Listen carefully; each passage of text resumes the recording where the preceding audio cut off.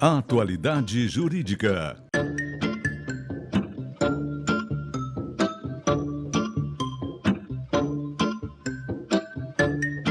Com Odilon Garcia Júnior e Ivone Garcia.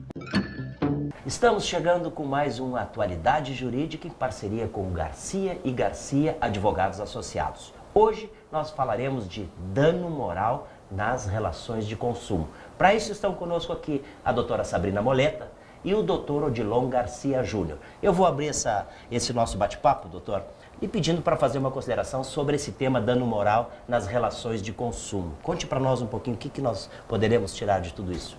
Inicialmente, Garcia, eu gostaria de agradecer novamente o teu convite para participar desse programa tão interessante. E o tema que vamos abordar hoje sobre o dano moral, eu acho que é extremamente importante e está evoluindo muito, mas nós precisamos sempre conceituar melhor o que é o dano moral, né, nessas relações de consumo, porque existem danos morais também nas relações de trabalho, dentro das relações familiares. Mas hoje nós vamos nos ater às relações de consumo. A doutora Sabrina, que está aqui conosco, ela vai focar e vai tentar descrever, né, numa linguagem mais clara, o que é esse dano moral nas relações de consumo. E muitas vezes ele precisa ser demonstrado pelo consumidor, mas há outras hipóteses em que ele é presumido pelo próprio procedimento adotado pela empresa. Claro. É nesse sentido. Esse é o sentido. Para isso está conosco, como o senhor acabou de dizer, a doutora Sabrina Moleta. Doutora Sabrina, o que é o dano moral? Vamos abrir assim? O dano moral ele é uma ofensa que não fere bens patrimoniais. Ele foca na relação em que a personalidade da pessoa fica abalada, a família, com questões mais morais, né? Nas relações de consumo, são inúmeras as situações em que o consumidor se vê prejudicado pela má prestação de serviço dos estabelecimentos comerciais. Claro. Doutora, nesse caso, quais as situações mais comuns de indenização por danos morais?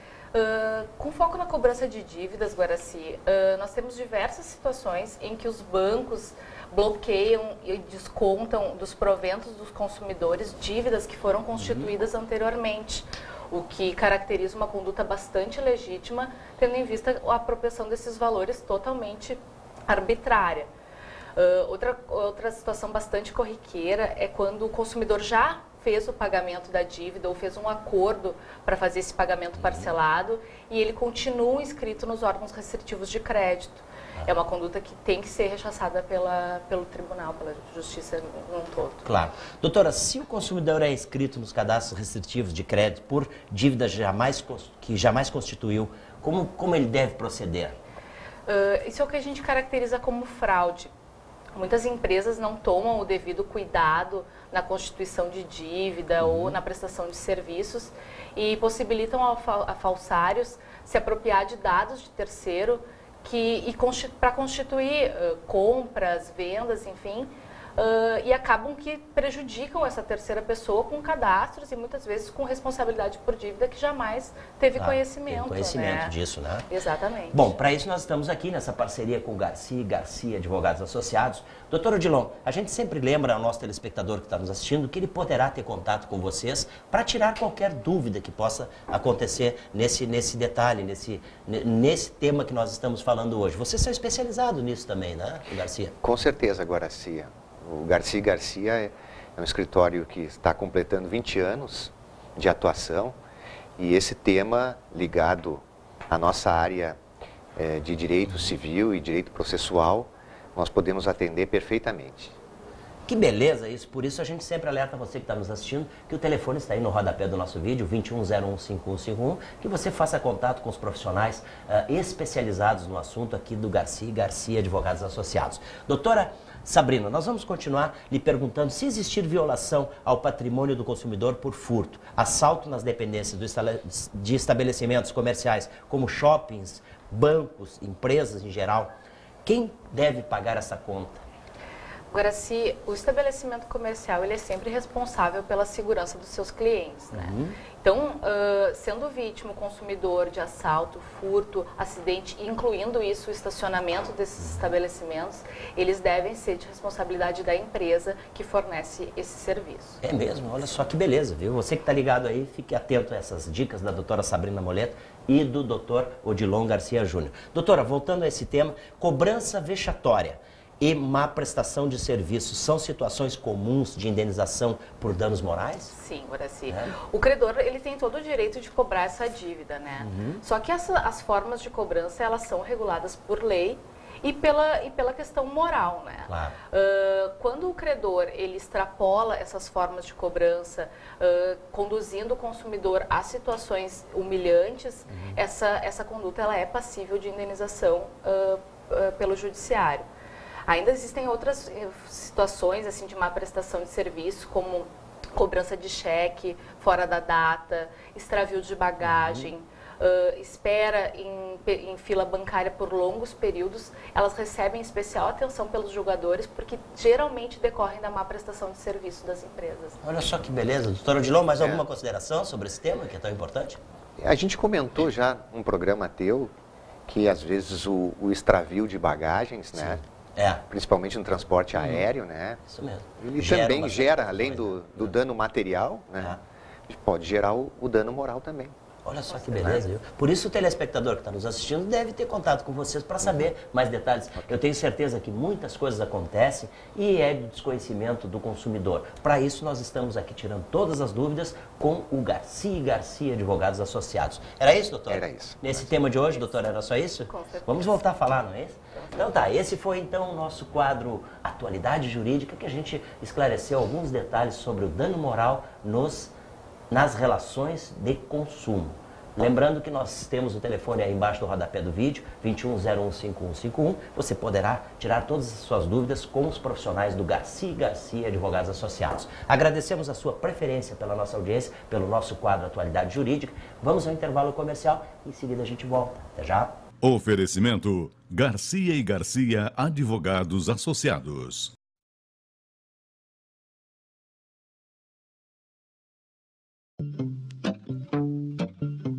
Atualidade Jurídica.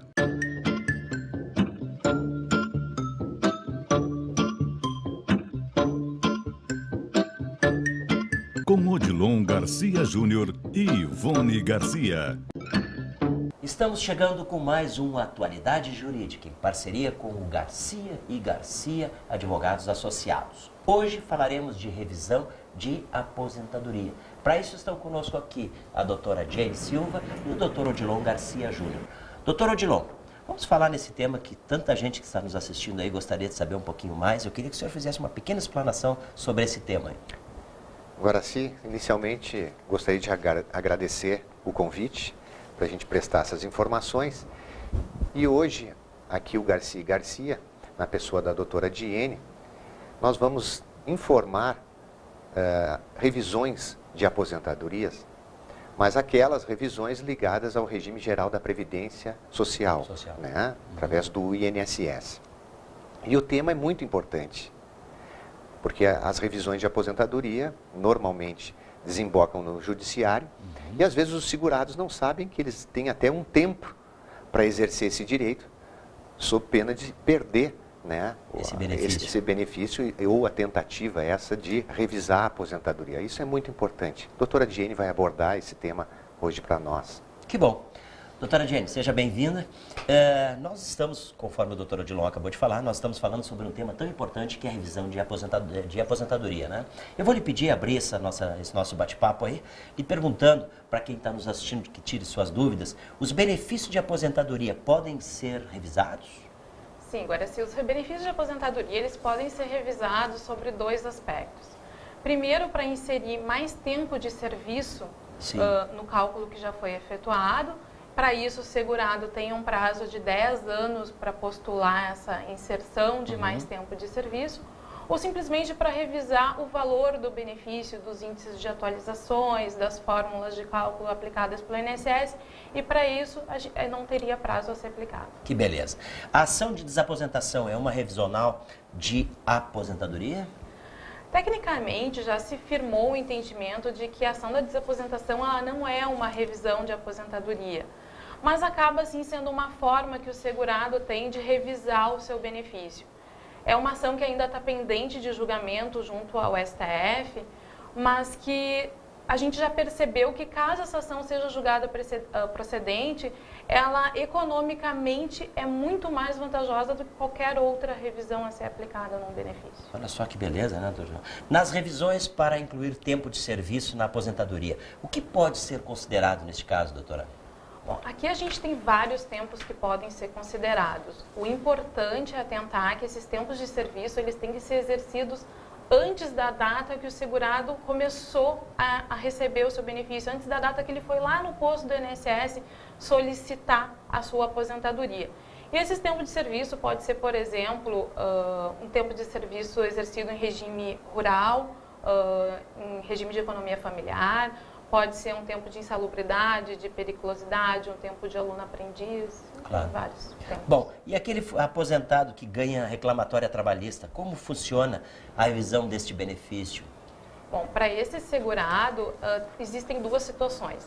Aquela pessoa que tinha carteira assinada, que tinha o vínculo já reconhecido, mas que ela ingressa na Justiça do Trabalho para reconhecer outras situações, como horas extras, insalubridade, periculosidade. Essa pessoa vai ter um ganho na contribuição previdenciária, que vai gerar uma revisão do seu benefício. Mas a gente também tem outra situação, daquele segurado que não tinha o vínculo reconhecido, que ele obtém esse reconhecimento através da reclamatória trabalhista.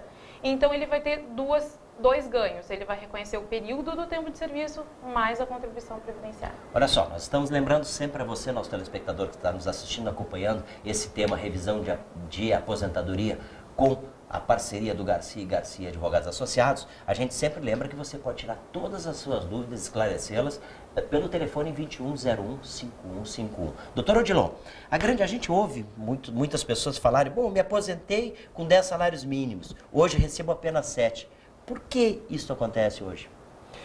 Essa pergunta, Guaraci, eu acredito que seja a mais frequente que nós recebemos no escritório. Por quê? Porque no passado, principalmente antes da nossa Constituição Federal de 1988, era normal o benefício ter como parâmetro a quantidade de salários mínimos. Sim. Né?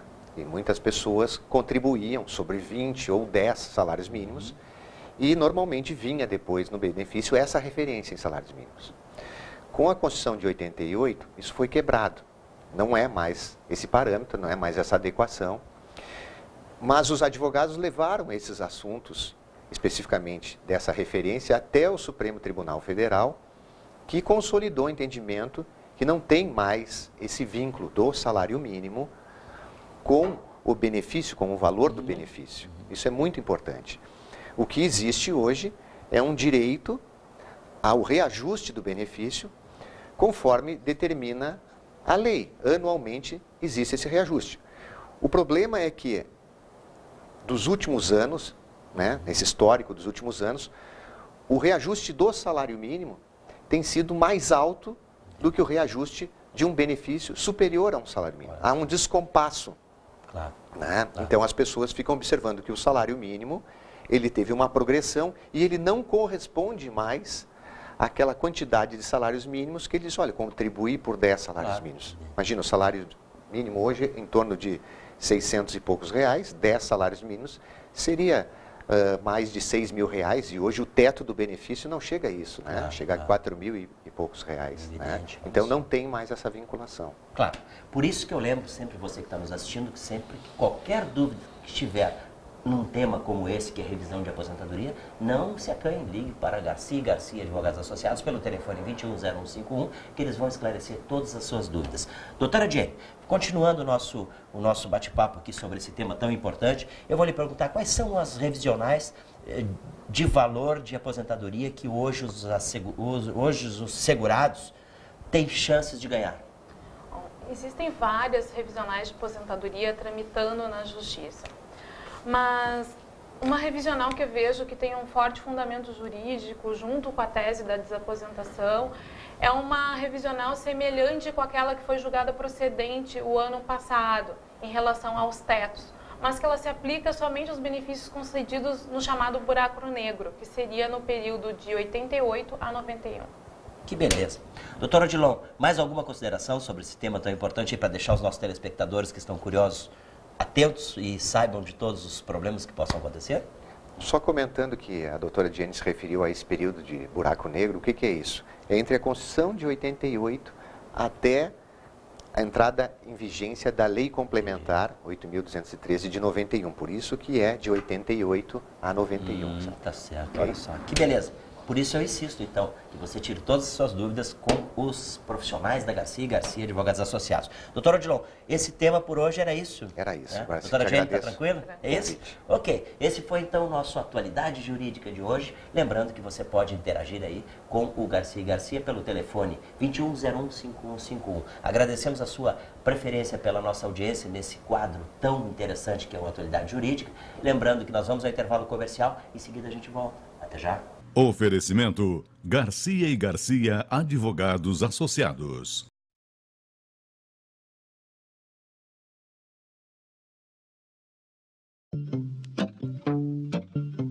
Atualidade Jurídica.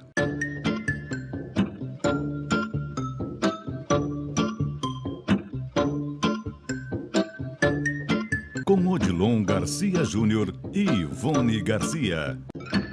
Estamos chegando com o nosso Atualidade Jurídica e hoje nós estamos falando sobre um tema muito importante. Com a aproximação das épocas de festas e com o final de ano de férias, evidentemente que a gente pode falar sobre trabalho temporário. Para isso estão conosco aqui os doutores Odilon Garcia Júnior e o doutor Cristiano Nadler. Eu vou abrir lhe pedindo, doutor Odilon, que o senhor faça uma consideração sobre esse tema, porque é um tema que envolve muita gente. Agora, com as festas de final de ano e as férias, evidentemente que tem muito trabalho temporário, né? Queria que o senhor falasse um pouquinho sobre isso. Obrigado, então, Guaraci, pelo convite. E hoje nós vamos aqui informar sobre o trabalho temporário. E a época é propícia, né? Trabalho temporário... Nós vemos, pelo menos aqui na região, nas grandes cidades, acontece muito no final de ano essa contratação. E o doutor Cristiano vai conceituar, vai diferenciar esse trabalho temporário, principalmente do contrato de experiência, e esse vai ser um tema bem interessante. Tenho certeza disso. Para isso está conosco aqui o doutor Cristiano Nadler. Doutor Cristiano, agora mesmo o doutor Odilon acabou de fazer uma pequena explanação sobre esse tema, e eu quero abrir essa nossa entrevista lhe perguntando